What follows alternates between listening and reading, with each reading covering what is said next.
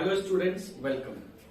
जितने भी मेरे एलडीसी के प्यारे प्यारे मेरे बच्चे हैं, आपने अगर इंग्लिश पढ़ लिए हैं, आपका सिलेबस कंप्लीट हो गया है, तो आइए हम प्रैक्टिस सेट स्टार्ट करें। आज आपके सामने मैंने लेकर आया हूं, आप देख सकते हैं एलडीसी इंग्लिश 16 सितंबर 2018 में जो क्वेश्चंस यानी 2018 में जो प्रश्न पूछे गए थे, उनके क्वेश्चंस को मैं प्रैक्टिस स्टार्ट कर रहा हूं। आइए देखते हैं, एक एक क्वेश्चन को बिल्कुल कंसेप्चुअली आराम से नोट डाउन करते चलिएगा। जहां भी आपको समझ में नहीं आए, मैं आपके साथ हूं आपका हेल्प करने के लिए। जो स्टार्ट करें, लेट्स स्टार्ट। पहला सवाल देखिए क्या कह रहा है। कह रहा है कि चूज द एप्रोप्रिएट सफिक्स। जैसे ही सफिक्स आएगा याद रखिएगा, सफिक्स से क्वेश्चन आपके एग्जाम में पूछे जाएंगे। सफिक्स का मतलब क्या होता है? सफिक्स का मतलब होता है प्रत्यय। उपसर्ग किसको कहते हैं? प्रीफिक्स को। यानी किसी शब्द के अगर पहले लगा है यानी स्टार्टिंग में, तो उसको प्रीफिक्स कहते हैं। अगर किसी शब्द के बाद में लगा है तो उसे हम सफिक्स कहते हैं। एक बार मेरे साथ बोल के देखिएगा। सफिक्स का मतलब होता है किसी शब्द के बाद में लगना यानी एंड में, और अगर किसी शब्द के पहले लगता है तो उसे हम प्रीफिक्स कहते हैं। क्वेश्चन देखते हैं। कह रहा है कि to form a new word, जिससे कोई नया शब्द बन सके, और शब्द है ट्रस्ट। TRUST, ट्रस्ट है। इस ट्रस्ट में हम किस सफिक्स को जोड़ेंगे, यानी यहां पर हम क्या जोड़ेंगे ऐसा जिससे कोई नया अर्थ हमें मिल जाए। ट्रस्ट का मतलब होता है विश्वास। तो इसका जो राइट आंसर होगा वो होगा ऑप्शन नंबर बी, ट्रस्ट वर्दी। ट्रस्ट वर्दी का मतलब होता है विश्वास करने योग्य। अगला सवाल देखिए। कह रहा है कि चूज द एप्रोप्रिएट प्रीफिक्स। देखिए यहां पर प्रीफिक्स आ गया, यानी जब भी आप तैयारी करें आप ध्यान लीजिए, नोट डाउन कर लीजिए, सफिक्स प्रीफिक्स जरूर पढ़कर जाइएगा। Prefix to form new word, और न्यू वर्ड यहाँ पर दिया है कोलोन। यानी ये जो कोलोन वर्ड है, इसमें ऐसा क्या प्रीफिक्स हम ऐड करें जिससे एक नया शब्द बन जाए। तो नया शब्द कैसे बनेगा देखते हैं। सब कोलन ना, ये गलत है। रिकोलन, ये भी गलत है। सेमी कोलन, शायद आपने ये सुन रखा होगा। सेमी कोलन, ये पंक्चुएशन होता है, ये विराम चिन्ह कहा जाता है। सेमी कोलन कुछ इस प्रकार से बनाया जाता है। तो उम्मीद करता हूं आपको ये दोनों क्वेश्चंस एकदम समझ में आ गए होंगे। तीसरा सवाल देखिए। तीसरा जो सवाल है ये कह रहा है कि जो अंडरलाइन पार्ट किया गया है, इसको बताइए ये सही है या गलत है। तो मेरे दोस्तों, सबसे पहले इसको देखिए और आप मेरे साथ बोलिए। हाँ बिल्कुल, मैं सुन रहा हूं आपकी आवाज, बोलिएगा। लेट, आवाज नहीं आया, बोलो।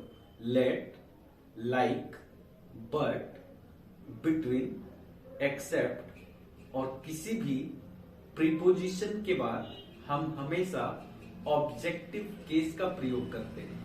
सर ये ऑब्जेक्टिव केस क्या होता है? जैसे हमने बोला आई का, मी, वी का, अस, यू का, यू, ही का, हिम, सी का, हर, इट का, इट, दे का, देम। दोबारा रिपीट करूं, नोट डाउन जरूर कर लेना। अगर कहीं लेट आ जाए तो ऑब्जेक्टिव केस का प्रयोग करते हैं। तो आप बताओ, ही का हम क्या करेंगे? तो ही का करेंगे हिम। आई का क्या करेंगे? आई का करेंगे मी। अगला सवाल देखिएगा, 4 नंबर। कह रहा है I am living here since 1995। मैं यहाँ सन 1995 से रह रहा हूँ। जिस स्टूडेंट ने मेरे से 10th टॉपिक पढ़ा है, वो इन क्वेश्चंस को करने के लिए 2 से 3 सेकंड से ज्यादा नहीं लगाएंगे।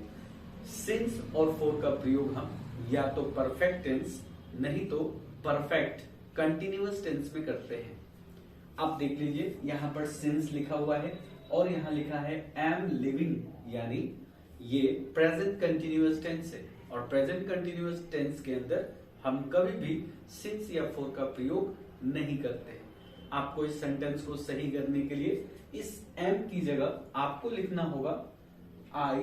देखिएगा मेरे साथ, यहां एम की जगह आपको लिखना होगा have been. I have been living. अगला सवाल देखिए, 5 नंबर। कह रहा है he is elder than John, वह जॉन से बड़ा है। यदि कोई स्टूडेंट्स मेरे से क्लास पढ़ा है तो उसने डिग्री टॉपिक में जरूर पढ़ा होगा, एक एल्डर होता है और दूसरा ओल्डर होता है। यदि आपके घर के सदस्य हैं और आपसे बड़े हैं तो आप एल्डर के साथ टू लगाएं।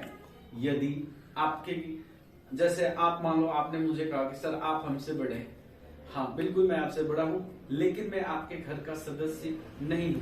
अगर मैं आपके घर का सदस्य नहीं हूं तो आप मेरे लिए ओल्डर शब्द का प्रयोग करेंगे और ओल्डर के साथ देन का प्रयोग किया जाता है। तो याद रखिएगा, जब सेम फैमिली मेंबर्स के होंगे तो एल्डर लगाएंगे, जब डिफरेंट फैमिली मेंबर्स से होंगे तो ओल्डर का प्रयोग करेंगे, पहली बात। दूसरी, एल्डर के साथ आप टू लगाएं, ओल्डर के साथ आप देन लगाएं। तो मेरे स्टूडेंट, यहां हम एल्डर के साथ या तो टू कर सकते हैं, और अगर हमें ये कंफर्म नहीं है कि ही की तुलना जॉन से हो रही है, जॉन कोई और है, ही कोई और है, तो यहाँ पे आप चेक कर सकते हैं, ओल्डर देन भी यूज कर सकते हैं। चलिए अगला सवाल कह रहा है किलिंग ऑफ ए, देख लीजिएगा, killing of a newborn baby.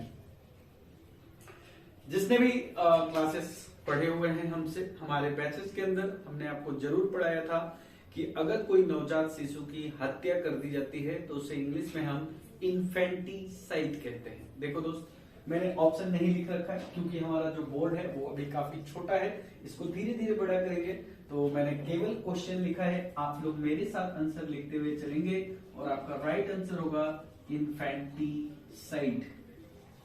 अगला सवाल देखिए, कह रहा है कि दिस प्लेट, यानी ये जो प्लेट है, is liable to be easily broken. कह रहा है आसानी से टूट जाएगा, आसानी से टूटने योग्य है। तो अगर कोई चीज आसानी से टूट जाता है तो उसको हम कहते हैं इंग्लिश में ब्रिटल। ब्रिटल का मतलब होता है नाजुक, ब्रिटल का मतलब होता है भंगुर। तो ये आपका राइट आंसर है। आइए हम लोग आगे अपने ऑप्शंस को लेके चलते हैं मेरे दोस्तों। उसको हम इंग्लिश में क्या कहते हैं बता दीजिए। इंग्लिश में हम कहते हैं ब्रिटल। ब्रिटल का हिंदी अर्थ होता है नाजुक। अगला सवाल देखिए, कह रहा है कि रेमेडी फॉर ऑल डिजीज, यानी हर रोगों का एक दवा, और हर रोगों का जो एक दवा होता है इसको हम बोलते हैं